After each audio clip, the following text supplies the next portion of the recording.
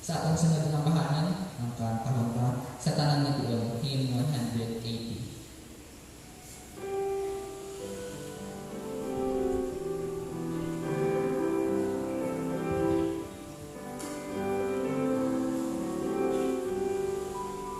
Ready? Sing. Sa tanan nga tuon, maari ka, tingog mong alulod, gapaumpaw, hinahanglan ka gapon, sa tanan nga tuon, nagapalapit ako, Panginoon.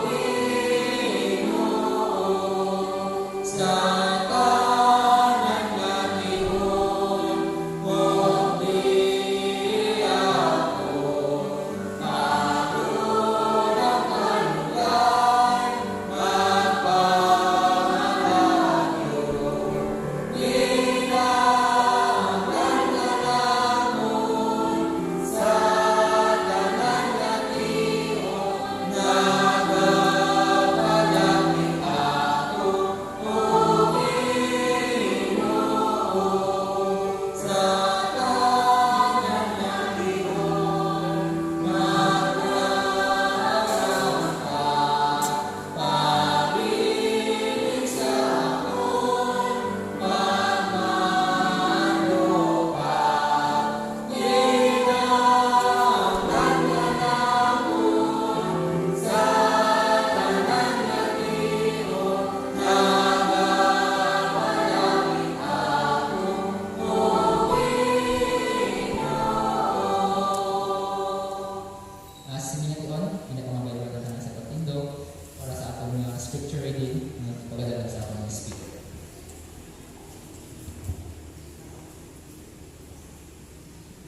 Atong text this morning, good morning, good master. Atong text is in the book of Psalm, chapter 13. Magbabasa ako sa Ilonggo version, nabas daw namin Ilonggo. Basahin natin. Tugtog pabalasan mo, ang pagkalimot mo sa akon, o Ginoo. Wala balasin katapusan. Tugtog pabalasan mo, magpanagot ka sa akon. Tugtog pabalasan mo, patason mo ang kasakit. Tugtog pabalasan mo ang pagpangalisod sa akong kagitusukon sa adlaw o sa gabi. Tugtog pabalasan mo ang pagdaog sa akon sa akong mga kaaway. Tanda pagsabta ako o Ginoo nga akong Dios. Iuli ang akong puso, hindi pagitugot nga ako makatay. Hindi pagtuguti nga ang akong mga kaaway magsilid, na lutos nga mo siya. Hindi sila pagtuguti nga magpangalipay sa akong pagkatupan. Nagasalit ako sa imo nga mapininayon nga gugma, magatalipay ako tungod kay luwason mo ako.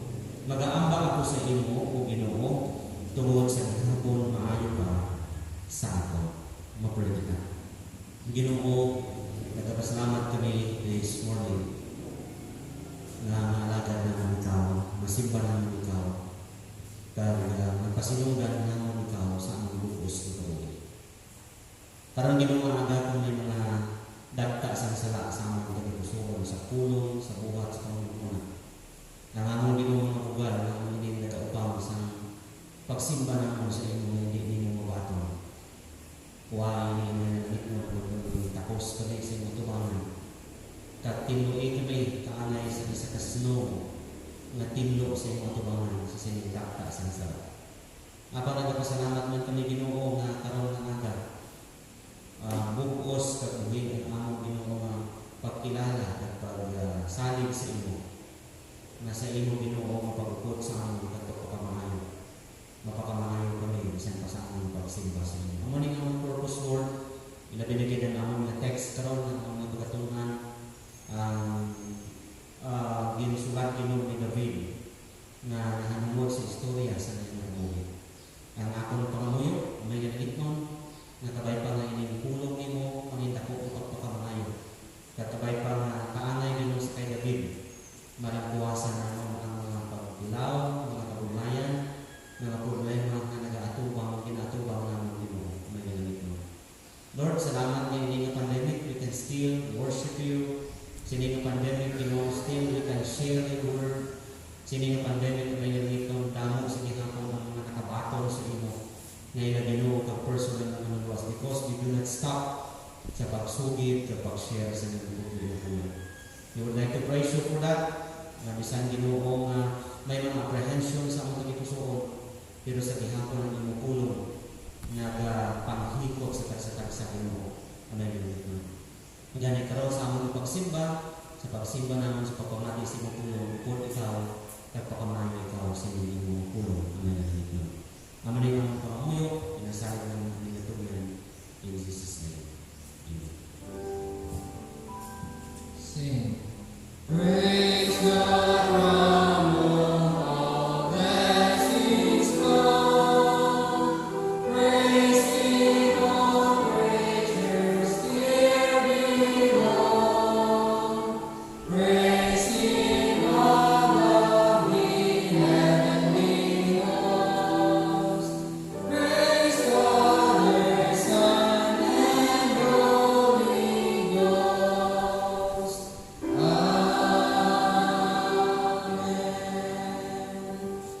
Pwede na ako makumpo. This time, mag-automatic ka sa ang bahanan na pagdadala sa GBC Club.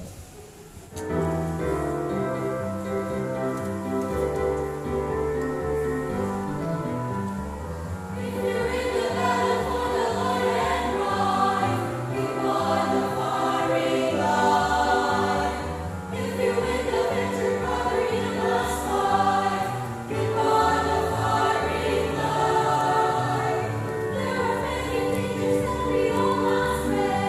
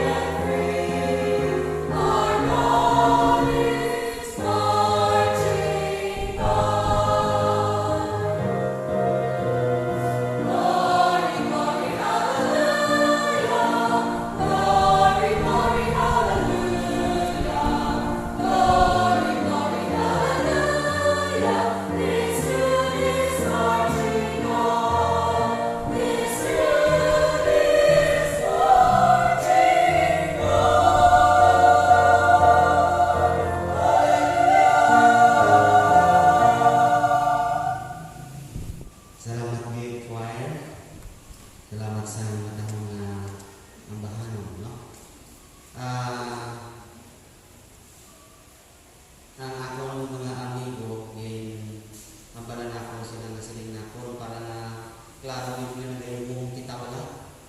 Kaya siling ko kung nagsugat na kita, ang imo para na klaro ng nagayong kisap-kisap ang mata para na nagayong kaya daw hindi klaro kasi kung mo nang nagamas kita, especially kung may harap mag-facial, hindi mo mabalaan ng expression. Kung bala nagkadlaw o kung nagkusmod, and so on and so forth. No? Pero salamat that still ini nga pandemic ang Diyos nag-apod sa ato. No? Ito na natin ang Psalm chapter 13. Siguro basahan mo na ako sa English kay nanamihan ako sa English na version pero balik-balikan ko lang kung i-translate ko lang sa Ilonggo. Okay? Ginsulat ini ni David during the time sa nagapalagyo siya sa kay King Saul. Para na mabalaan natin ang background kag tungod kay nagapalagyo siya sa kay King Saul, ginrecord gid napon kung ano ang klase sa iyang magpalagyo sa kay King Saul. Nga una-una gid si David bangod kay nakatundong pa mo sa tong nag-away si David sa isa ka isganan nga nga higanti nga ang ngalan si Goliath sanggat si Goliath nga taga-Gath ang mga siya. So sa napirdi ni David si Goliath during the time kaya ginanong mga sobra siyang katapak. Napirdi iya ni David kasi David tagahawak lang panimo sa ng taon. And during the time I would like to tell you nga nahamutaan siya sa hari na si King Saul. So, ang ginihimo ni King Saul, gintawag ni King Saul si David na palapit sa ako. Kasi nagpalapit si David, di pabangkot siya ni King Saul kung sino siya na bata. So, ginsogin niya na niya natatay si Jesse. Tarang iban ng mga utod niya, soldado ni King Saul. So, during the time, nahamutaan siya ni King Saul, nahamutaan man siya ni Jonathan na bata ni David. That's why abinin ko na kung imong salang taon pala, daw masalaan mo si Jonathan kag si David din sa 1 Samuel chapter 18, 19, 20 nga daw kung sino gid bala sa ila ang babae o babae noon. Kay grabe ang ila ng paghagugmaanay nga duwa. Pero ato siya, it so happen nga ato gali iya nga love, that is a brotherly love. So, sa namutan siya ni Jonathan, at the same time ni King Saul, gindala siya sa palasyo ni King Saul. Kag tungod kay, amo to ang accomplishment ni David, ginhimo man siya ng opisyalis ni King Saul, ang mga istorya. So, sa paghimo ni King Saul, ang opisyalis si David, nanging eksperto si David nga hanaway, it is because ang una sa nagabantay siya sa iya nga mga karnero sa iya nga may, nagpatay siya sa mga liyong kag tigri during the time. So, bakit kinamutaan siya nga opisyalis, ang tanan ng mga opisyalis na kaupod ni David during the time, soldado ni King Saul, nahamuot man sa iya. Ang lain, kay pagpuling nila, pagkato sa ilang palasyo, ang mga kababaihan nakita sa mga babae na si David ang ini ang accomplishment. Pag-abot sa palasyo, nagkanta niya ang mga babae at the same time nag-dance using the tambourine kalang ina nga kanta ang mga ini. Siling ni sa mga kababaihan siling niya, yarin ka doon si King Saul, nagpatay sa lilibo, pero si David nagpatay sa inaksak. Amo na ang ila kanta. Sa English, si King Saul nagpatay sa thousands, si David nagpatay sa 10,000. Kaya ang isa kalaksa, 10,000. No? So, amo na sa tubok. Ang isa kalaksa, namabalaan ng isa kalaksa, kung isipo na siya, 10,000. Starting that day on, sa anak na si David sa temple, tungod kay ang tanan ng mga atensyon sa mga sultado, at the same time, iba ng mga opisyali si David, wala na sa kay King Saul, starting that day on, nahisa si King Saul. Kapag kinahisa si King Saul at that time, tungod sa kahisa, abi niyo po na, mabasawin mo ang 1 Samuel chapter 18, 19, tungod sa kahisa, ginsudlan si King Saul sa malakot ni Espiritu. gali hindi namin magkahisa. Amo na nga kung may mga bagay na ara sa imong utod, kung ano man ang ara nga accomplishments na ara sa iya, ano man ang mga papakamayong ara sa iya, sila sa pulong sa Ginoo, enjoy with them. Kung nagkakalipay sila, magkalipay ka man. Kung nagkakasubo sila, magkasubo ka man. Ano na nga ba sa pulong sa Diyos? Pero kung ang imo utod nagkakalipay, kaya nakabatong siya sa mga pagpapamayo, and on the other side, nagkakasubo ka, it's another story. Ang rason nga nag-insutlan sa malaking espiritu si King Saul, it is because nagkahnisa siya sa kay David during the time. So anong ginimo ni King Saul? Sa nagakuting-kuting si David sa harp, sa arpa, sa bangunahin sa temple, samtang nagakuting-kuting siya, ginsutlan si King Saul sa malaking espiritu, kabing bangkaw ni si David. Kaya ara sa pinsan ni King Saul, napatyong ko si David, ipin ko siya sa dingding. Starting that day on, nagkahisa si King Saul, nagtanong siya sa insecurity sa iya tagipusoon. Kag ano to ang natabo nga ginahingabot na niya si David during the time. Ikadua, sa pinsan ni King Saul, istoryanay sila ni David natan niya bata. Lantawa bala si David. Kaya di pamangkot siya sa iya nga bata nga gusto mo mapatsyon si King Saul, si David. Sila ni King Saul, sila niya, hindi ka mangidasol na hari. Kundi si David ka mangidasol na hari, kaya hindi ko gusto nga si David mangin hari. So, starting that day on, si David nag-amat-amat siya, nagapalagyo siya nga nagapalagyo. Kang sugilan ka mo, ang una naging palagyuhan ni David, sugod sa iya na pangingabot ni King Saul during the time, akong biniging lista, tungod sa kahisa, grabe ang pagpalagyo ni David. Kagakuna naging palagyuhan ni David, among ang Ramah. Na ato dito si Samuel, na ang propeta, ang pare sa Israel during the time. Ikadua naging palagyuhan ni David, amo ang Akish sang Gath. Nagkanto siya kay King Akish, atong nga nangayo sang bulig. O galing kay si King Akish, hindi man magbulig sa kay David. Tungod kay kontrahanay sila sa mga Israeli noon. And then, wala labang na nagpalagyo si David sa sinat na lugar, but also nagkanto man si David sa isa ka duog nga gintawag Siklag. Kag dito siya nanago sa Filistia. Ang isa ka duog nga iya nga ginpanaguan pagi, nga iya ginkatuan amo ang duog sang ginatawag place of Adullam. Nga dira siya nagpanago sa kuiba ukod sa iya nga mga kaupdanan. So marikar lang ako ining istorya, pwede ninyo ina mabasa dito sa sina nga ang istorya ni David sa 1 Samuel chapter 18, 19, 20 to 21 asa sa 30. And then sa nagapanago sa kuiba, ginalagas maging siya ni King Saul, kaya akong lupat yung siya, dalan sa mga damong ng mga sundalo ng King Saul, akong lupat yung si David. And ang last na palagyo ni David, nga nakaupod na siya sa madamong ng mga hangaway, at the same time sundalo during the time, may ang palagyo siya sa kabukiran sa Zip. Dira sa kabukiran sa Zip, ina mabukid, puro nga tanan bukid. Daw, nipa, na aras na panago. Kag during the time, tungkol sa grabe ng mga pagpalagyo, one time naghambal si Jonathan na gusto ko nga init si David. Kag abi niyo kunano, si David nakahambal gid sa kay Jonathan sila niya, Jonathan, abi nimo gusto ta kahambalon karon. Nga are na ako sa big sa kamatayon. Are ako sa big sa kamatayon. Kag hindi na ko makaagwanta sa ginahimo sa imo kaugalingon nga amay. Ang manahambal ni David sa kay Jonathan. Exodus chapter 20 verse 3. Ari na ako sa big sa kamatayon, hindi na ako ni kaya, hindi na ako makaagwanta sini. Why? Ang rason nga ginambal ni David sa niya, wala man ako sa may nahimo nga sala.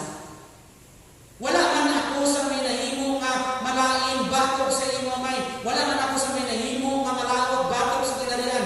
Instead, ang ako nga ginimo amo ang magpalikon, magpabakod sa kingdom, at the same time magpabantog sa kinalian ni King Saul during the times of Israel. Ang lesson na makuha natin this morning is this: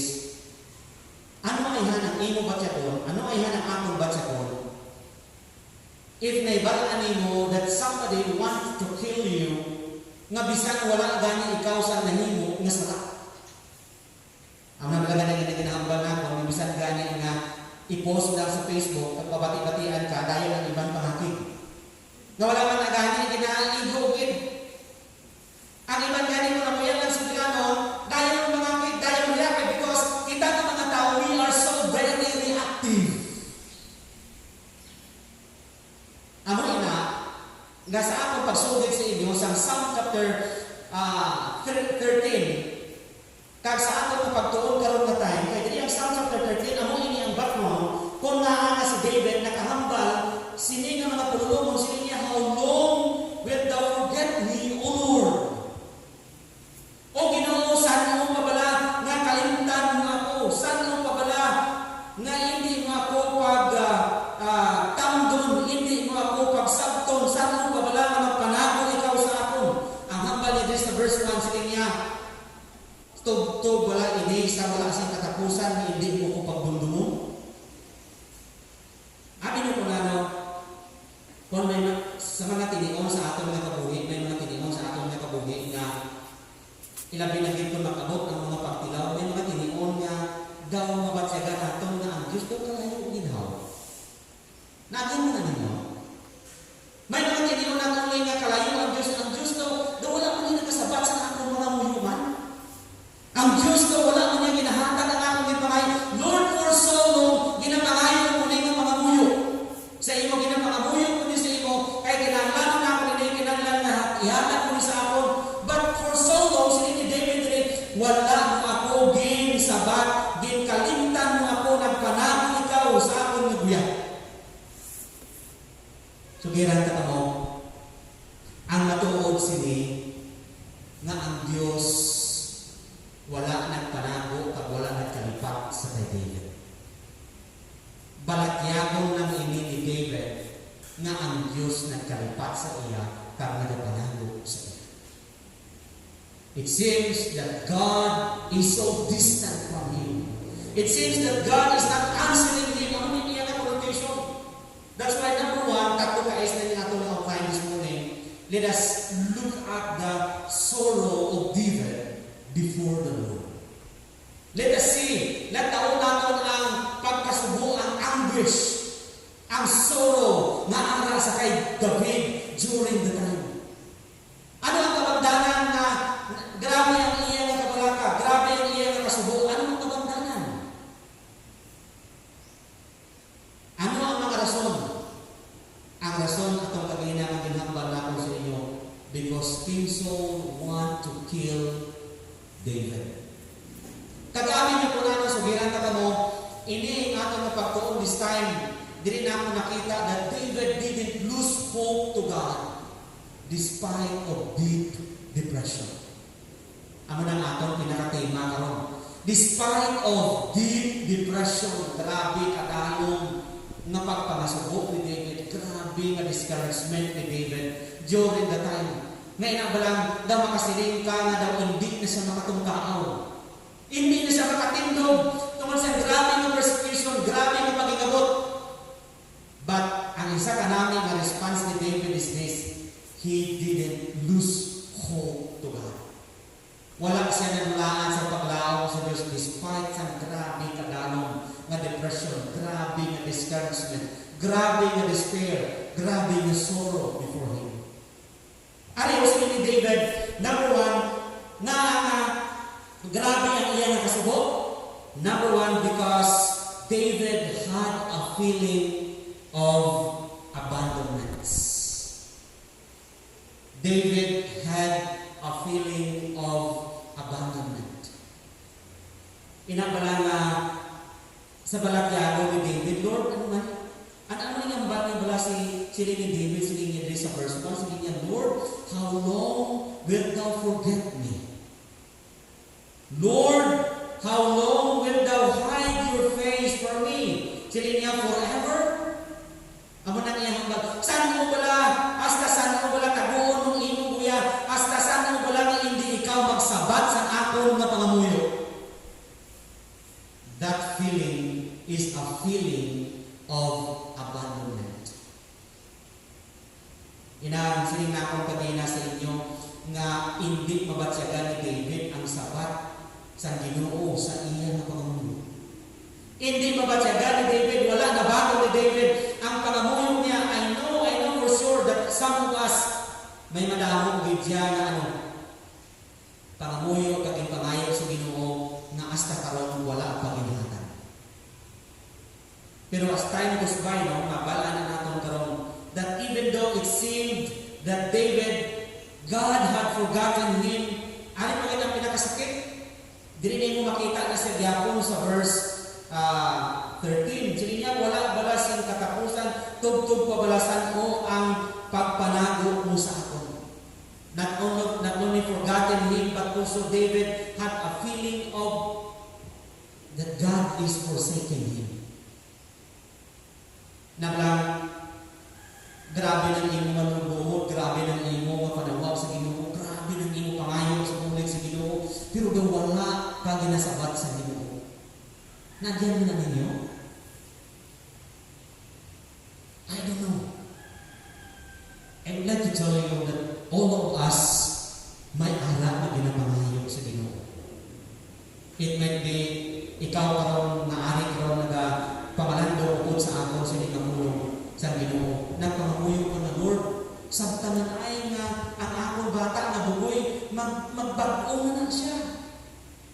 Lord, ihatag mo ni akong pangamuyo ng akong bata na umubugan, ang akong bata na namang bisyo baguhan na siya. Lord, ihatag ni sa akong, iamo ni sa akong Lord, dugay mo ni nga pangayo sa imo. And sometimes you have a feeling of abandonment, forgotten, forsaken.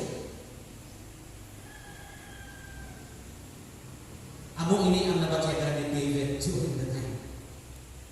Lord, nga kadugay sa imo nga ang among nga ginapangayo sa imo nga sabat sa akong mga nga Lord nga kadugay. Lord, gusto ko nga mag-amo sini. Lord, gusto ko nga mag-amo sina. Pero nga kadugay, Lord. Again, ang balon ta kamo sini. That is only a feeling.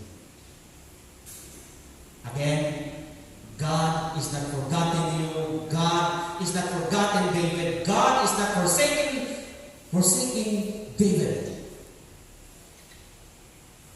Si David wala din sikway sa Diyos. Wala din kadintan sa Diyos. But rather, kung imo sa nagtawon, ini pala, ikadawala ko ni David, grabe ang iyang feeling of abandonment. David had a sorrowful abasement or degradation. Bangon sa grabe niya nakasubo, bangon kay Ana sa iyang balatyagon, naging sikway siya. It seems na ang Diyos nag-abandon sa iya. Amo na nga kung imo sa lang tawong sa iyang prayer. Duwa diri ka figure of speech ang iyang naging gamit. Ang isa ka figure of speech, ang tawag sina is erotesis. Magsilita ka nga erotesis, ang iyang nabot siguro sina is asking questions without waiting for or expecting an answer. Amo na isa ka figure of speech niya gingamit. Na grabe ang imo nga pangamuyo, grabe ang imo anguish, grabe ang imo nga sorrow, grabe ang imo naging pangayo sa Ginoo, but hindi nga pamangkot nimo sa Ginoo, wala ikaw nagapaabot sang sabat. That's the first figure of speech niya gingamit. Ikaduha diri nga figure of speech niya gingamit is ang tawag sila is anaphora. Kagina erotesis na nagapamangkot ka bala nga wala ikaw nagapaabot sang sabat. Lord, how long? How long? Saan pa? Then second, ini kinatawag nga anaphora. Ang anaphora is a repetitive words. Sulit-sulit na pulong. That's why ang word diri na how long, sa saan pa, ang word diri na how long, din sulit-sulit ini ni David 4 times. Kaapat niya sulit-sulit ko. Repetitive words na nagahatag sa ginatawag great emphasis of saying that Lord, here am I. Ginoo, ali ko nagatawag sa inyo. Ginoo, ali ko nagapalapit sa inyo sa pagkamatay. Nabata pala na ang isa ka bata, kung magpalapit ang isa ka bata sa isa ka tao, kung tigulang, kung iyang kilala, kadungdong ko na ng mga bata, ako dumduman ko na sa baybay, may mga kabataan, hindi na nanguwit sa inyo sa pwede mo o sa uli ka po ito, o sa kilid ka. Ay, ikaw uli na. Kaya may mga tiniwan ba ng mga bata, gawin, sige ka puwit, sige puwit ang bata. May mga tiniwan na yung mga bata na hindi masapakan. O sige, Pastor, sapakan na ako ang bata. Sapakan na ako, kaya papangulit siya sa imo. David had a feeling like this. David, this kind of feeling is the feeling of not only abandonment but also sorrowful abasement. Na magsigit ka ni sorrowful abasement, ang iyang abot siya naman siya, ginpakanubo siya maayo.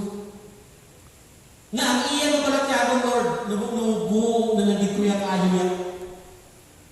Pero ang totoo, walang na. Imo na na ibalatyagon, ako na na ibalatyagon. Amo na nga ang lesson na nakuha na ako diri, di ay ginhamak dahog eh. It is because kung kaysa abi natin ginapakanubo kita sa ating isikupan. Abi natin ginalapangan kita sa ating isikupan. Abi natin ginapakanubo kita nung wala dali. Although pati ang kaaway din ni David, amo kita na paglantaw ni David, kaya wala nabot na ginapakanubo siya pa yun gid siya. Pero bangod sa grabe na kasubok ni David, grabe sa iya na discouragement nga ginaangkon right now, si David abi ni kunano, grabe ang iyang sorrowful abasement. Ang iyang feelings, amo ang nagpakanubo sa iya, ang iyang kaaway nagpakanubo sa iya. Amo na kung sa totoo na dito sa pakuntalan ng atong mga balatyagon, miintuan dita. Kasi nato na namiyan ba po in a sense pala nga si David nagamit sini nga mga pulungon the moment na nagpanawag siya sa Ginoo, nagpangayo siya sa buhay sa Ginoo, ginpanggamit niya ini nga mga pulungon that it seems God abandons him, it seems that through his sorrowful abasement or degradation, iya ini balatyagon na ginbatyag. Kagamo na hambal niya sa verse 2. Lantaran na sa Bible plus niya, tugtog pa balasan mo, batason ko ang kasakit. Sakit gid man ang iyang balatyagon ni David mo. Kasi niya, tugtog pabalasan mo ang pagpangalisod sa akong tagipusoon sa adlaw kagabi, kag tugtog pabalasan mo ang pagdaog sa akong nga kaaway. Sa sining na tinigon si David. Ang iya kaaway, ang iya balatyagon, ano ato ang nagpapanubo sa iya nga may posibilidad sa iba ng mga scholars, nagbasa-basa ako sa iba ng mga commentators, may posibilidad sa isa ka tao galing, no? Inang, ano galing naman doon? Kung binalantaw, yung pagaling mo na sobrahan ka na kanubo, may mga amo na galing, dira na galing dahil magsunod, ang ginatawag self-pity. Mag-self-pity ka na tayo. Not only mag-self-pity ka, you will have insecurity. Na ano, kung iman mo, hindi, pigaw, hindi, gikuya kasarang Nano ni Mano, hindi na ko makabuto Nano ni Mano, wala ako sa kasiguraduhan and so on and so forth. Si David had a feeling like that. Nagtawa niyo ba na ang 1 Samuel chapter 20? Pasaka. Kaya ara sa pinsan ni David during this time, awayon ko man ang si King Saul, patsyon ko man siya. But God didn't allow that. Wala inagin-allow sa Diyos kay David na mapatay na si King Saul. But rather, ang nagpatay sa King Saul ang iya mismo kaugalingon. Kaya naghikong siya. Kaysa malapuyong inaway na nasamaran si King Saul na igo sa bangkaw sa mga Pilistinhon. Kasi ang pagpalagyo niya upod sa iya na servant, silinyawa na ganing mahimo. Daladin akong espada, paghatag sa iya na servant ginhapaan niya iya pagaling ng espada. Natuhog si King Saul. Grabe nga feeling na napakyagan ni David. But, inigali ang feeling of abandonment and even feeling of sorrowful abasement and even sa atong balatyagon that why God is so silent to me. And even sa David. Anong lessons na nakuha natin? Number one, God wants David to know that he is not in a hurry. Gusto sa Diyos kay David nga may baluan niya na ang ako nga Diyos nimo I am not in a hurry. Di ba kita gusto natin magdali, di ba? Sa tanan ng gadali kita, magkaon gadali, sa tanan gailis kadali, magpaligo kadali. Now, but God wants David not to hurry. Hindi magdali. God, number 2, wants David to wait patiently to Him. Wait patiently to Him in His justice and answers of His words. Imagine na nila, na ang Diyos gali, ginapaabot gali isang Diyos sa kay David, nga sila ni David, Lord, how long? Saan pa? Imagine mo, nagkadto na siya sa sit. Nagkadto na siya ng mga kabukiran kaya nagpanako siya. Isang pagpalagyon niya sa kay King Saul, kay patyon siya ni King Saul. But, at this time, si David ay pangawin, Lord, how long? Pero sa grabe na pagpalagyon ni David, dito gali ginatuluan siya sa Diyos na ang Diyos is not in a hurry because He is in control of everything. Gusto sa Diyos na si David maghulat sang sabat sa Ginoo at the same time sang justice sa Ginoo. It's because nag-aabot kung isa nga kita nga tao wala kita nagadali kita. Pero on the process sa paghulat ni David, ginatuluan siya sa Ginoo na magpasensya. Patiently waiting the Lord's answer, waiting the Lord's justice.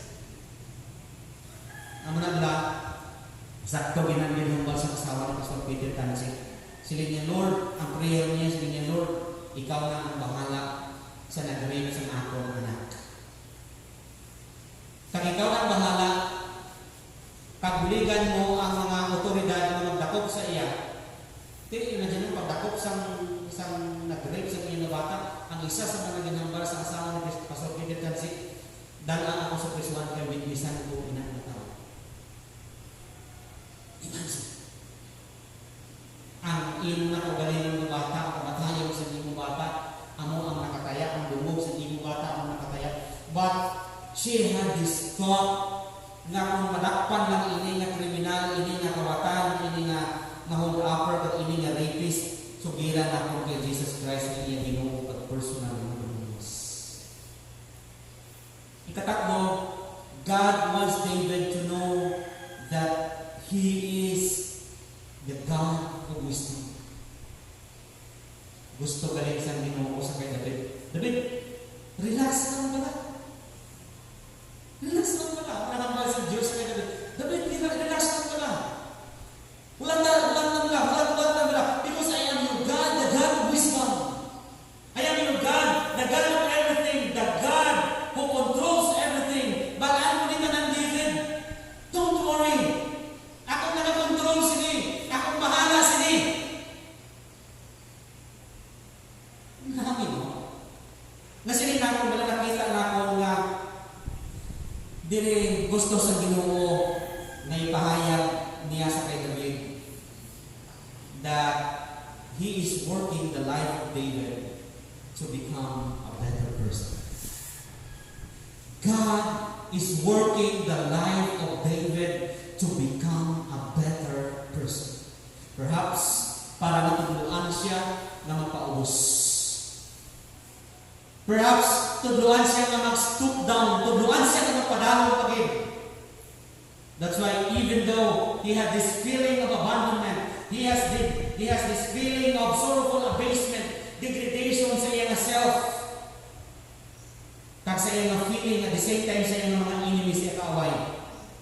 But God wants David to become a better person. Muna nga, kung may mga pamanguyo, kita ka kung anong mga ginahulak na kung sige mo, dapat na. Siya na kung mga. Ano ang pandemic sa buong ginatubang ta? Are you upset? Are you irritated? Are you in trouble? Ang balsa ginoo lang. Because this pandemic will be over. Ini coronavirus madungak ni. O mahatagan kita sa vaccine. Kung hindi kita manulak, mahatagan kita sa vaccine. Pero for sure, ako yung kapatid ko mga madulang eh. Kung mapatay kita si Kristo Jesus magkaroon na. Kung mapatay kita kung si Kristo Jesus magkaroon na, for sure, madulang ini. Kuwaon kang feeling of abandonment, kuwaon kang feeling of sorrowful abasement or degradation. Because God wants David to become a better person, to become more humble, to listen God more. Eh kung isa may mga tinion nga ang tao, kita na tao, may mga tinion nga wala kita na pamati sa Diyos. But God wants us to listen. Tapusan ng application na nakita natin. Let us always remember this, that God's delays doesn't mean rejection or denial. God's delays doesn't mean rejection or denial. But, sininakon din sa kanagatuon ko, this is only a detour. This is not rejection, this is not denial, but this is only a detour. Daw-dalan, wala na masiling ang sa DPWH niya, dili lang kumuha ng agit, hindi na tayo ulit naman ng dalan. So, may dito. Hindi nga dalan, i-develop na mo, namimo naman hindi nga tayo, dili ka mo agi. It's only dito. Iyang medyo dugay. But always remember, delays of God's answers is not denial or rejection, but only a detour. Second, by the way, ginatawag ko ini, ang first point is David's sinking time or stage in life. Nagalumuslo mo siya. Right? Nagalumuslo mo siya sa discouragement, nagalumuslo mo siya sa diin, sa grabe nga pasubo, nagalumuslo mo siya sa grabe nga depression. Number 2, David's supplication to the Lord. Wow. Si David, nagalumuslo mo sa kasubo, nagalumuslo mo sa discouragement, nagalumuslo mo sa despair. But this time, David is now in the stage of nagalangoy na siya. He is now swimming. He is now swimming in the presence of the Lord. He is now looking in the presence of the Lord because now, na-experience siya ni David. Kasi niya sa verse 3 kag 4, lantawan niya, nagtindog siya at nagpangamulog sa Ginoo. Ano nga ang basa niya? Lord, tamdaman ko, kagsabtaman ko, Ginoo sa akong nga panawag sa imo, kag please iuli ang akong nga kusog, kag ini pang itugot na akong makakaya. Ano nga malibig? Kagambal sa verse 4 niya, hindi pagtubuti nga ang akong nga mga kaaway, magsiling na lutos na mo siya, hindi sila pagtubuti nga magakalipay sa akong pagkakukan. Doon ang panahon. Nga si David at this time, he supplicates to the Lord. Ano yung punano? Inibrang, lantaw nyo yung Bible nila sa King James Version, gingamit na dala ang Lord nga puro capital letters. Oh Lord! Hambala ko pag na, Lord, tamdam ko, sabtaman ko, ihatag man ang akong maging pakaya. This time, sa iya, from the sinking time, he is now swimming. Kabalo na sa maglangoy. Kabalo na sa magpanawag sa Ginoo. Kabalo na sa magpangayo sa buhay sa Ginoo. Ang Lord nila na all capital letters. Ang iya nga buot sing gano'n sina sa Greek is that God or the Lord is the God of promise.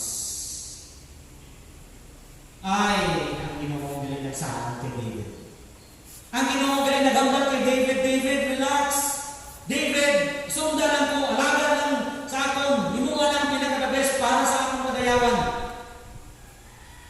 Because during the time, ang Diyos nag-assure sa iya na I am your Lord, the God of promise. And second, the God of power. Ano nang iabot sa word na capital letter na Lord, kaya ang iabot sa sila is Jehovah, my Elohim. Jehovah, my Elohim. Na ang iabot sa sila is, Lord, you are the God of promise. Lord, you are the God of power. You are the God of everything. That's why nanamihan ko sa iya na prayer dire. Ang iya na prayer dua. David prayed to God not to let his emotions crucify him in discouragement, distress, and even hopelessness. Balikan ko ito gambal. Ang una na prayer ni David diri sini niya, gusto niya nga hindi pag-ialaw sa Dios ang iya nga balatyago ng iya nga emosyon, nga maglansang sa iya sinang discouragement, nga maglansang sinang ginatawag distress, maglansang sinang ginatawag hopelessness. Because the moment na malansang sa sinang nga distress, the moment na malansang sa sinang nga hopelessness, maparalyze ang iya nga pagtuo kag pagkilala sa Ginoo. Kaya sa totoo, langit kung kaisa, balatyagon naman ni naton mo. Kapag kaisa, aton na balatyagon, may arat kita balatyagon mo kaisa na abi naton. Kaya ari mo niya ang feeling ni David. Nga ang maamoy ni David, Lord, let not my emotion or allow not my emotion to crucify me sa discouragement. Amo na nasubong panahon, kung i-allow na tuon natin ang atong emosyon, may posibilidad niya, masipa-sipa kita ka, bato mo, plastic mo, papel mo. Kaya ang buwas na, depression, malihingin mo ulo mo. So, not only that, but David prayed not only na iya emotion ilansang sa discouragement, distress, hopelessness, but also David, sinig sa iya nga pangamuyo, God, allow not my enemies to paralyze my faith to you. Sinig ni David, Lord, hindi man pagtubuti ang akong kaaway, magpauntat sa akong, magparalyze sa akong, sa grabe nga kadyo, sa akong mapagkilala sa imo, kapagtuo sa imo. Ano nga balik sa verse 5? Sinig niya, natanong lang. Nagsalit ako sa imo, mapinadayon nga guma. Ano niya sa verse 4? Sinya hindi sila pagtuguti nga magapangalipay sa akong mapagtutugan. Grabe ng mga balatyago ni David man. Grabe ng mga balatyago ni David. But, ikaduwang prayer ni David, siya God, please, hindi pag-ilaw ang akong nag-aaway na magparalyze ang akong mapagtuo. At hindi ako maghahandog sa iya. Amo ning hambal ni David. You know, pila lang dito mga lesson na gusto diri ni David, ka gusto sa pulong sa Ginoo nga convey sa aton ining second point na ako rin gusto. Number one, gusto sa Dios na tuluan kita na mag-rely kita sa iya completely, even sa iya pagbubuhay. God wants us to rely Him completely, even His judgment, His will. Kaya kung kaysa gusto natin yung atong pagbuton matuman, gusto natin ang atong pusok, para sa atong di pusok, timuan ang atong pusok. Pero ang tutuog ng kung wala ng pusok sa Ginoo, kaya kita sa ramay mo. That's why ang pinaka the best today nga nakita na ako nga lessons natin for us today, sa prayer with David is that God wants David to rely Him more and more, to trust Him more and more. Kaya binigyan namin kung kaysa nagkakabulaan kita sa pagsakit.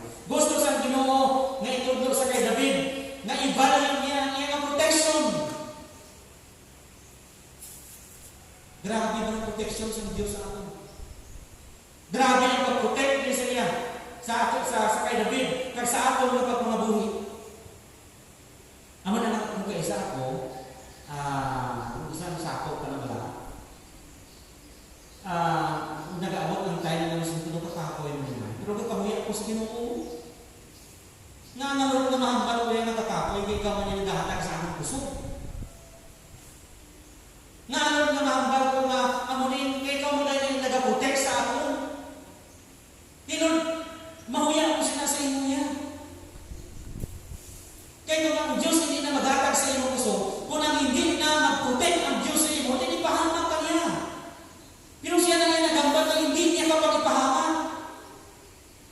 Hindi niya kapag iputang sa kalagman. But rather, He will protect you kung doon siya nakasaad. Kung hindi na napagsalitan. That's why God teaches David to rely not only sa Dios sa iya kabubuton, His protection, and even sa protection kag preservation sa Dios sa iya bugos nga kabubuton. Because the secret of victory is to pray and to rely on God's power. Imagine mo nga, kung basahan mo ang 1 Samuel chapter 18 to 25, makita niyo nga grabe kalakuyon ang pag-away nila. It's because ang mga Filistinhon sa Keilah, ginpangpatay sa mga Filistinhon ang iban ng mga soldado at the same time mga tao din nila. Pero pag-abot ni David, ginbuligan sila ni David. Kan nagkalaluwas na ito ka ng mga katawan sa Keilah. Di na mo lang makita na ang Diyos pagkamatuod nag-protect sa kay David. That even though David during the time naka-recover siya, it is because nakilala niya ang Diyos, ang Diyos na nag-abuling siya throughout sa buhay. Closing sa ating mga katapusan, 5 and 6. Sinigin sa 5 and 6, sinigin niya, nagsalig ako sa imo, mapinadayonon na gugma, magatalipay ako tungod kay buwason mo. David is now singing to the Lord. He is now praising to the Lord. Kung baga, tinignan kung anong botsing ni David sa 5:6? Advanced celebration niya. Pwede, pagsulat niya sa Psalm chapter 13, ara siya sa pagpalagyo mo. Ang nagaling botsing naman. David had songs to the Lord. Nag-offer siya sa mga ambanganon para sa Ginoo. Nagkanta siya sa Ginoo. Nagdayaw siya sa Ginoo at this time. Which is, tinignan advanced celebration. Why? Because God is with him. Ano bang bagay sa iya na kanta? Nagkalilan ba yun? Sige niya sa verse 5, nagasalit ako sa imo, kag mapinadayunon, sa imo nga mapinadayunon na gugma, kag magakalipay ako tungod kay buwason mo ako. Ang ano sa inyong version. The same thing, siling niya sa English, but I have trusted in your mercy. Ang imo kaluoy, my heart shall rejoice in your salvation. Timamangkot ko sa akon, Pastor, ano na klase ng salvation? That is salvation from sin. Probably included na. Kasi si David, may salamat si David mo. Di ba? Salvation ba hindi not only from sin, but also salvation hindi from self? Of course. Kalawasan sa iya na kabalingon. Agad hindi isa mapatay. Probably, yes, including na salvation ba hindi from Satan? Of course. But ang pinaka-the best dili nga pinaka-context, why is it ginhambal niya nga luwason ako? Ang kaluwasan dili nga ginhambal is kaluwasan gikan sa kamot ni King Saul. Why gikan sila pagkalabot sa chapter 20, I think si King Saul ginlusok sa mga Pilistino. Ginpamatay ang iyang mga katawan, ginpaulanan sa panak. Kasi na akong pagkina na palagi si King Saul o Pilason. Galing kiti, bumubangod kay hari, may bugal. Imbis na manago at bulungon ang Pilas, wala. Ginkuha niya espada sa iyang servant, kaginhapan ni agod ng sakon siya napatay. Hindi man mayong niya ginhimo ko. Hindi mayong niya ginhimo. Ama na nga basta yung mayong niya ginhimo, later on, sumpungon kagibili sa Diyos, sumpuon kagibili sa Diyos. Tapnaon kagibili sa Diyos, basta once hindi sakto, kag hindi maayon ang imong ginahimo. And then, katapusan, David sing because of God's sufficiency. Ay ang pagkanta is pagkanta sa kaluwasan na ginhatag sa Diyos. Number 2, pagkanta na nunod sa pagkasufficiente sa Diyos sa iyabukos na kabuhay. God is sufficient. Kung magsilig ka galing na sufficient, God sing naman, all sufficient, ang tanan-tanan na mga kinanglan na ito, masarangan na i-provide sa Diyos. Kita na kung gawin din siling ang agad, puro kalabanan ng mga senior citizen. Hindi kita magkabalara sa mga kinanglan. because God is able to provide and to supply our need. David sing a song that says, God is merciful to me. God saves me. God will supply all my need. Taga kanta ni David. Hindi kita magkahadlok, mag-atubang sa inyong pandemic. Hindi kita magkahadlok, mag-atubang sa future. Kaya ang Diyos mag-ibunok sa inyong kinanganan ng Diyos. God is sufficient. Ang Diyos, sufficient siya. Kung sufficient siya, all we have to do is to trust Him more para magpangayon sa buhay sa iyo. Ginoong, i-bless ang inyong mga kulong. Kabay pa naman ang pamilya niya sa ating puso. Kagabay pa naman yung mga naturan, sink down sa among pamunahon at telepuso ko tagang kapulay naman. Ilabi na dito sa ataw ng mapapalagay. Gamita pa ninyo, hindi na mga naturan, kabay pa naman sa kantin yung natutulong ko sa ihapon sa inyo. Kaya sa bisan ng mga kapaglayan, ng mga pagtilaw, hindi kami mahadlo. Kaya ang Diyos, kaupo namin, ikaw kaupo namin, kami nasuplay sa mga pinangalan. Naman ang pangahuyok in Jesus' name. Amen. Salamat, Git.